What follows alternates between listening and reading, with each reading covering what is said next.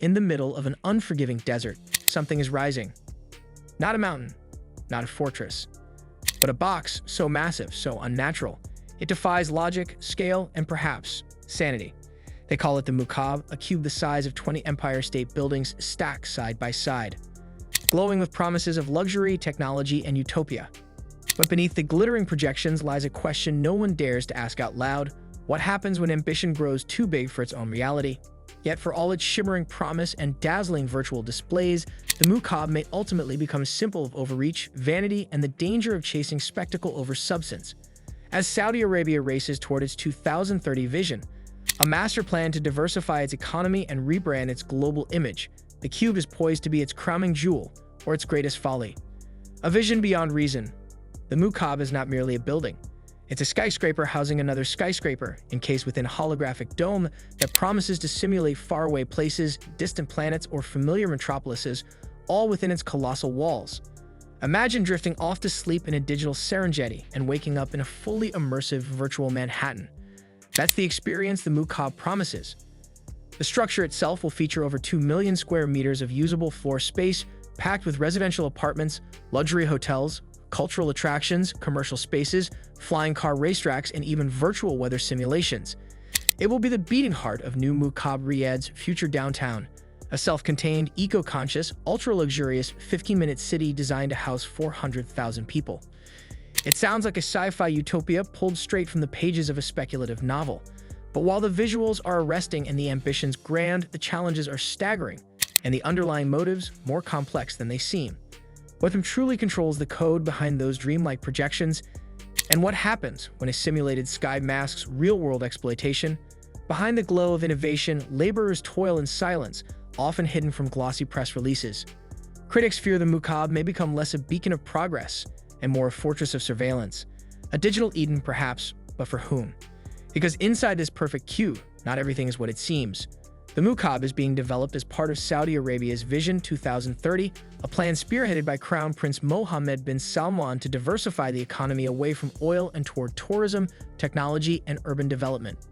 Like its sibling projects The Line, the Red Sea Development, and NEOM, the Muqab is designed to redefine modern living and mark Saudi Arabia as a bold player on the world stage. But behind all this ambition lies a far more human truth: fear.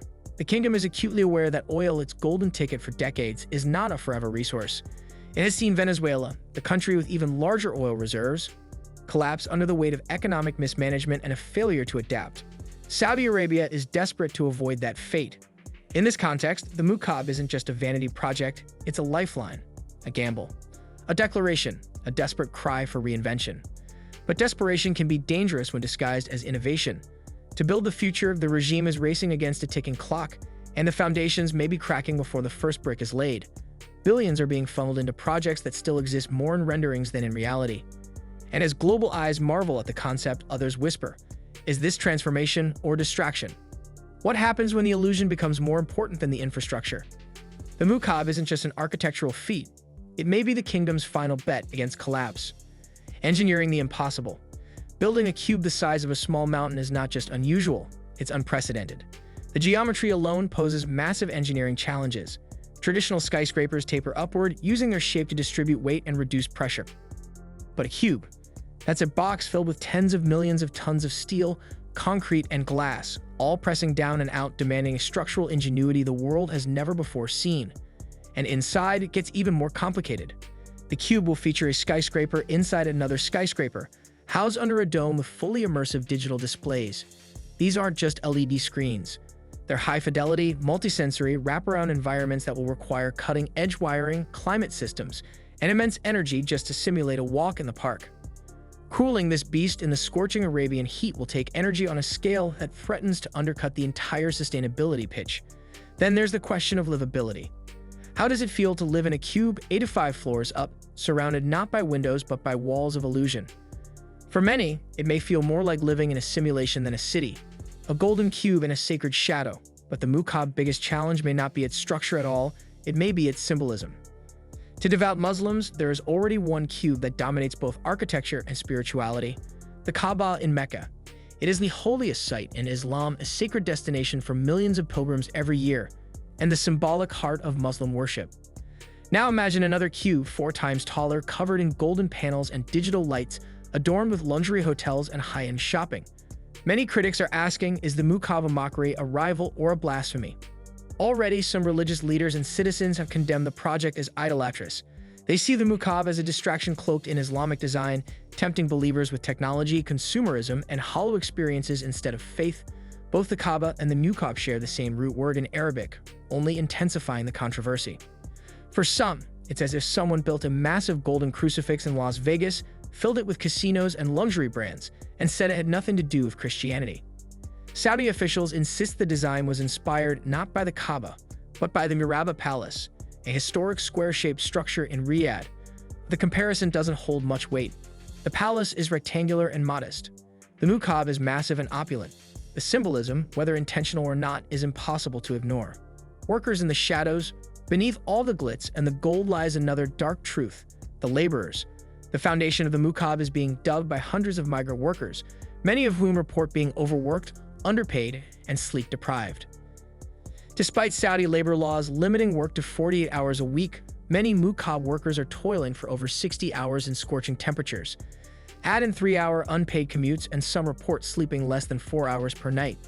These men, operating dangerous machinery in extreme conditions, are the invisible force driving one of the world's most visible projects. To them, the Muqab is not a marvel, it's a prison of exhaustion. The cube is expected to cost $50 billion, yet even Saudi Arabia's own estimates suggest it may only return $48 billion in revenue.